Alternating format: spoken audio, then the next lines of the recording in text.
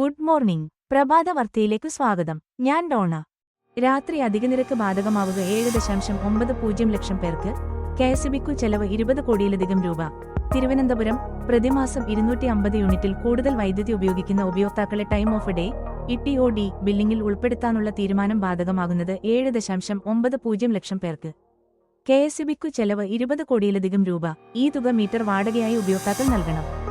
രാവിലെ 6 മുതൽ വൈകിട്ട് 6 വരെയുള്ള വൈദ്യുതി ഉപയോഗത്തിന് നിരക്കിൽ 10% ഇളവ് ലഭിക്കുമെന്ന നേട്ടമുണ്ടെങ്കിലും വൈദ്യുതി ഉപയോഗം കൂടിയ വൈകിട്ട് 6 മുതൽ രാത്രി 10 വരെ 25% അധിക നിരക്ക് നൽകേണ്ടിവരും.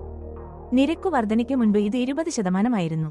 നിലവിൽ ടിഒഡി ബില്ലിംഗിൽ ഉൾപ്പെട്ടിട്ടുള്ളവർക്കും ഈ വർധന ബാധകമാകും. ഗ്രിഡിലേക്കു പരിധിയിലധികം സൗരോർജ്ജം ലഭിക്കുന്നതിനാലാണ് പകൽ സമയത്തെ വൈദ്യുതി ഉപയോഗം പ്രോത്സാഹിപ്പിക്കുന്നതിന്റെ ഭാഗമായി ടിഒഡി ബില്ലിംഗിൽ ഉൾപ്പെടുന്നവർക്ക് പകൽ ഉപയോഗത്തിന് നിരക്ക് കുറച്ചത്. നേരത്തെ പ്രതിമാസം 500 യൂണിറ്റിലധികം ഉപയോഗിക്കുന്ന ഏകദേശം 22 ലക്ഷം ഗാർഹിക ഉപയോക്താക്കളെയാണ് ടിഒഡിയിൽ ഉൾപ്പെടുത്തിയിരുന്നത്. നിലവിൽ 250 യൂണിറ്റിലധികം വൈദ്യുതി ഉപയോഗിക്കുന്ന 5 ലക്ഷത്തോളം ഉപയോക്താക്കളുടെ വീട്ടിൽ ടിഒഡി മീറ്റർ സ്ഥാപിച്ചിട്ടുണ്ടെങ്കിലും അവർക്ക് സ്ലാബ് അനുസരിച്ചുള്ള ടെലിസ്കോപിക് ബില്ലാണ് നൽകിയിരുന്നത്. ഈ മീറ്ററിലെ പ്രോഗ്രാമിംഗ് മാറ്റിയാൽ ടിഒഡി ബിൽ നൽകാനാകും. 2.9 ലക്ഷം പുതിയ മീറ്റർ. 2.9 ലക്ഷം ഉപയോക്താക്കൾക്കാണ് പുതിയ മീറ്റർ സ്ഥാപിക്കേണ്ടത്. കെഎസ്ഇബി ഇതിനകം 5.24 ലക്ഷം സിംഗിൾ ഫേസ് മീറ്ററിന് ഓർഡർ നൽകിയിട്ടുണ്ട്. അത് ഈ മാസം ലഭിക്കും. 1.50 ലക്ഷം 3 ഫേസ് മീറ്റർ വാങ്ങാനും ടെൻഡർ നടപടി പൂർത്തിയായി. ജനുവരിയിൽ ലഭിക്കും. ജയിച്ചു കിട്ടിയാലുടൻ തല്ല് തുടങ്ങേണ്ട. നേതൃമാറ്റം സംബന്ധിച്ച പ്രതികരണത്തിൽ കോൺഗ്രസ് ദേശീയ നേതൃത്വത്തിന് അതൃപ്തി. തിരുവനന്തപുരം. പാലക്കാട്ടെ ഉപതിരഞ്ഞെടുപ്പ് വിജയമുണ്ടാക്കിയ ആവേശമടങ്ങും മുൻപ് നേതൃമാറ്റം സംബന്ധിച്ച് വാർത്തയും പ്രതികരണങ്ങളും ഉണ്ടായതിൽ കോൺഗ്രസ് ദേശീയ നേതൃത്വത്തിന് അതൃപ്തി. കെപിസിസി പ്രസിഡന്റിനെ മാറ്റുന്നതിനുള്ള ചർച്ചയൊന്നും നടന്നിട്ടില്ലെന്നു ദേശീയ നേതൃത്വം വ്യക്തമാക്കി. സ്ഥാനമൊഴിയാൻ സുധാകരനോട് ആവശ്യപ്പെട്ടെന്ന വാർത്ത കേരളത്തിന്റെ ചുമതലയുള്ള ദേശീയ ജനറൽ സെക്രട്ടറി ദീപദാസ് മുൻഷി നിഷേധിച്ചു. ജയിച്ചു കിട്ടിയാലുടൻ തല്ലുതുടങ്ങുന്ന ശീലം വേണ്ടെന്നാണു ഹൈക്കമാൻഡ് നിലപാട്.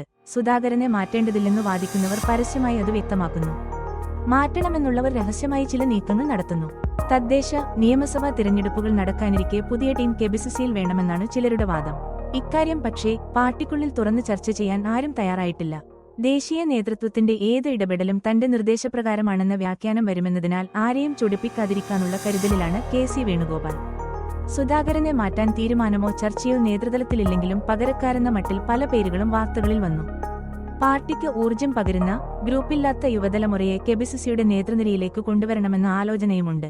യുവാക്കൾക്ക് ആവേശം പകരാൻ പ്രതിപക്ഷ നേതാവ് വി.ഡി. സതീശനെപ്പോലെ തന്നെ കഴിയുന്നയാളാണ് കെ. സുധാകരനെന്നും ചിലർ ചൂണ്ടിക്കാട്ടുന്നു. പാലക്കാട്ട് ചുമതല നൽകിയില്ലെന്ന് ചാണ്ടി ഉമ്മൻ. തിരുവനന്തപുരം. പുതുപ്പള്ളി പാലക്കാട് ഉപതിരഞ്ഞെടുപ്പിൽ തനിക്കുഴിച്ച് എല്ലാവർക്കും പാർട്ടി ചുമതല നൽകിയെന്ന് ചാണ്ടി ഉമ്മൻ. ഒഴിവാക്കാൻ എന്താണ് കാരണമെന്നറിയില്ല. അന്ന് പറയേണ്ടെന്നു കരുതിയതാണ്. ഇപ്പോഴും കൂടുതലൊന്നും പറയുന്നില്ല.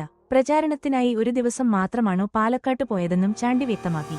എന്നാൽ എന്തുകൊണ്ട് പാലക്കാട്ട് പ്രചാരണത്തിനു പോയില്ലെന്ന മാധ്യമപ്രവർത്തകന്റെ ചോദ്യത്തിനു പ്രചാരണ ചുമതല ഏൽപ്പിക്കാതെ എങ്ങനെ പോകാൻ കഴിയുമെന്നു മാത്രമാണ് പറഞ്ഞതെന്നും അതിൽ വിവാദമാക്കാൻ ഒന്നുമില്ലെന്നും ചാണ്ടി പിന്നീട് പുതുപ്പള്ളിയിൽ പറഞ്ഞു. ചാണ്ടി ഉമ്മന് ചുമതല നൽകിയില്ലെങ്കിൽ അത് അന്വേഷിക്കണമെന്നും എന്നാൽ പരസ്യ പ്രതികരണം ഒഴിവാക്കണമായിരുന്നെന്നും രമേശ് ചെന്നിത്തല പറഞ്ഞു.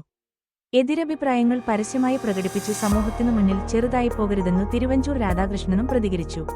പ്രശ്നമില്ല, നിങ്ങളാരും വരണ്ട. ആൽവിൻ തെറിച്ചുയർന്ന റോഡിൽ തലയിടിച്ചു വീണു. കാറുകൾക്ക് അമിതവേഗമായിരുന്നെന്ന് നാട്ടുകാർ. കോഴിക്കോട് റീൽസ് എടുക്കുന്നതിനിടെ യുവാവ് അപകടത്തിൽ മരിക്കാനിടയായ സംഭവത്തിൽ കാറുകൾ അമിതവേഗത്തിൽ കുതിക്കുകയായിരുന്നെന്ന് നാട്ടുകാർ.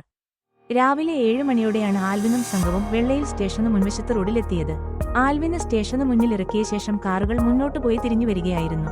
അപ്പോഴേക്കും ആൽവിൻ റോഡിന്റെ മധ്യത്തിൽ നിന്ന് വീഡിയോ ചിത്രീകരണം ആരംഭിച്ചു. അതിവേഗത്തിൽ കുതിച്ചുവരുന്ന കാറുകൾക്ക് നിയന്ത്രണം വിട്ടെന്ന് തോന്നിയ ആൽവിൻ പരിഭ്രാന്തനായി റോഡരികിലേക്ക് മാറിയെങ്കിലും ഒരു കാർ ഇടിച്ചു. തെറിച്ചുയർന്ന ആൽവിൻ റോഡിൽ തലയിടിച്ചു വീണു. നട്ടെല്ലിനും പരുക്കേറ്റു. കാറുകളിലുണ്ടായിരുന്നവർ ഉടൻ ആൽവിനെ എടുത്തു കാറിൽ കയറ്റിക്കൊണ്ടുപോയി. സമീപത്തുള്ളവർ ഓടിയെത്തിയപ്പോൾ പ്രശ്നമില്ല സഹോദരൻ, കാറിലുണ്ട്, നിങ്ങളാരും വരണ്ട എന്നു പറഞ്ഞതായും നാട്ടുകാർ പറഞ്ഞു. ഈ ഭാഗത്തു വാഹനങ്ങൾ അപകടകരമായി ഓടിച്ചു റീൽസ് എടുക്കുന്നത് പതിവാണെന്ന് നാട്ടുകാർ പറഞ്ഞു. അതിരാവിലെ ബൈക്ക്, കാർ, ജീപ്പ് തുടങ്ങിയ വാഹനങ്ങളുമായി എത്തി റീൽസ് നിർമ്മിക്കുകയാണ്. വാഹനങ്ങൾ അതിവേഗത്തിലും കാതടപ്പിക്കുന്ന ശബ്ദത്തിലും മറ്റും ഓടിച്ചാണ് റീൽസ് എടുക്കുന്നത്. അതിനിടയിൽ ആളുകൾ നടന്നു പോകുന്നതും മറ്റു വാഹനങ്ങൾ പോകുന്നതും ഒന്നും ശ്രദ്ധിക്കില്ല. പ്രഭാത സവാരിക്കു ബീച്ചിലെത്തുന്നവർ ഭയന്നാണ് നടക്കുക. അപകട സമയത്ത് 2 കാറുകളും അടുത്തടുത്തായി ഓടുകയായിരുന്നു. അവ തമ്മിൽ കൂട്ടിയിടിക്കാനുള്ള സാധ്യതയും ഏറെയായിരുന്നു. അതിനിടെ അപകടം വരുത്തിയ കാർ മാറ്റാൻ പോലീസ് ശ്രമിക്കുന്നതായി ആരോപണമുയർന്നു. ആദ്യം പോലീസ് പറഞ്ഞ കാർ നമ്പർ അപകടം വരുത്തിയ മത്സര ഓട്ടത്തിൽ പങ്കെടുത്ത 2 കാറുകളുടേതും അല്ലായിരുന്നു. പിന്നീട് 2 കാറുകളും വെള്ളയിൽ ഇൻസ്പെക്ടർ ബൈജു കെ ജോസ് കസ്റ്റഡിയിലെടുത്തു. 2 ഡ്രൈവർമാരെയും കസ്റ്റഡിയിലെടുത്തിട്ടുണ്ട്. ആലുവയിൽ പെരിയാറിലേക്ക് ചാടിയ 23-കാരി മരിച്ചു. വിവാഹിതയായത് 1 വർഷം മുൻപ്. ആലുവ മണപ്പുറത്തേക്കുള്ള നടപ്പാലത്തിൽ നിന്നു പെരിയാറിലേക്ക് ചാടിയ യുവതി മരിച്ചു. ആലുവ കുട്ടമശ്ശേരി കണിയാമ്പള്ളിക്കുന്ന് അനീഷിന്റെ ഭാര്യ ഗ്രീഷ്മ 23 ആണ് മരിച്ചത്. ചൊവ്വാഴ്ച രാത്രി 7:30യോടെയാണ് കൊട്ടാരക്കടവിൽ നിന്ന് മണപ്പുറത്തേക്കുള്ള നടപ്പാലത്തിൽ നിന്നു പെരിയാറിലേക്ക് ചാടിയത്. പോലീസും ഫയർഫോഴ്സും ചേർന്ന് 8:45 മൃതദേഹം കണ്ടെത്തി. ജില്ലാ ആശുപത്രി മോർച്ചറിയിലേക്ക് മാറ്റി. 1 വർഷം മുൻപാണ് ഗ്രീഷ്മയും അനീഷും തമ്മിലുള്ള വിവാഹം നടന്നത്. ശ്രദ്ധിക്കുക, ആത്മഹത്യ ഒന്നിനും പരിഹാരമല്ല.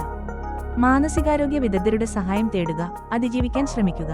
ഹെൽപ്പ് ലൈൻ നമ്പരുകൾ 1056-047125525056.